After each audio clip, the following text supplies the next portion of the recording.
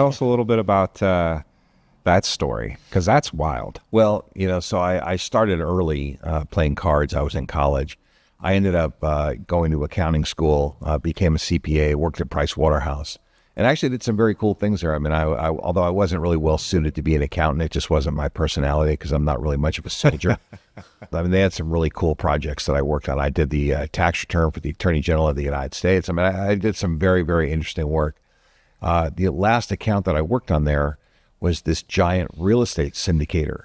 And a real estate syndicator is somebody who aggregates money from investors and then go buys deals. So my job with an army of other people was to do the tax returns, convert the books and records into tax returns for 500 partnerships. And every day I had to do 4 of them. Every single day I come into work, every day I'd do four every single day. And it was dreadful work, but I loved reading the partnership agreements. I hated doing the tax return, but I love reading the partnership agreement. And, and I'm banging this out. And finally the senior, who's the 2-year guy, the boss is the 1-year guy. And, and he says, Block, you're not working hard enough. I said, what do you mean?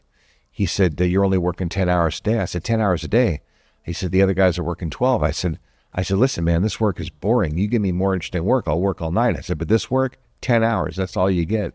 He said, if you don't work more, I'm taking you off the job. And 2 weeks later, I didn't work there anymore. I mean, that's how I am. I mean, it's like, you know what, this isn't working out for me. I knew I could replace my salary, go sell shoes at Nordstrom. It didn't matter what I did. I could do anything I wanted. It just, but that's just how I am. I didn't have any money, but I just knew that I could get back on my feet pretty fast if I wanted to. An entrepreneur at heart. I don't take a lot of crap from people. That's just kind of how I am. It's always been that way. And so I left and said, the syndication business is pretty cool. I got involved in I had a real estate broker's license by that time. And I got involved in a transaction. I got involved in the middle of a brokerage transaction on a deal. And the guy on the other side, he and I are having lunch, and we said, who makes all the money in this deal?